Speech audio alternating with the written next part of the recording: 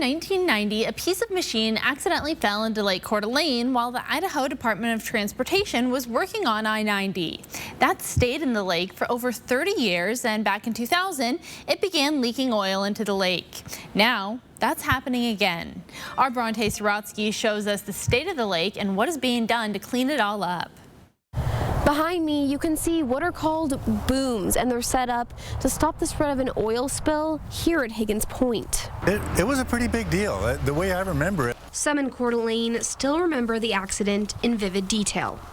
The way I remember it, there was a lot of rain, and the ground washed out, and these huge, I think there was 2, maybe 3 D9 cats that washed into the lake. Almost 32 years ago, the Idaho Transportation Department was working on construction on I-90 when some of their equipment fell into the lake.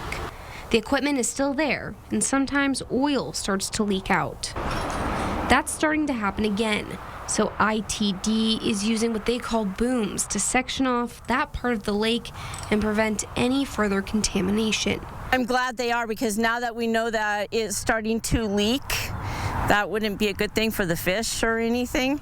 So I'm glad they're on it now and working on getting it out. I'm just glad that they're finally got this sectioned off and they're getting it cleaned out and getting ready to get it out of there. So. Now ITD is working with the State Department of Quality to capture and contain this leak. The Idaho Department of Transportation says in the meantime, they're going to keep the booms here until they can add solution to the water. Reporting in Coeur d'Alene, Bronte Sorotsky, 4 News Now.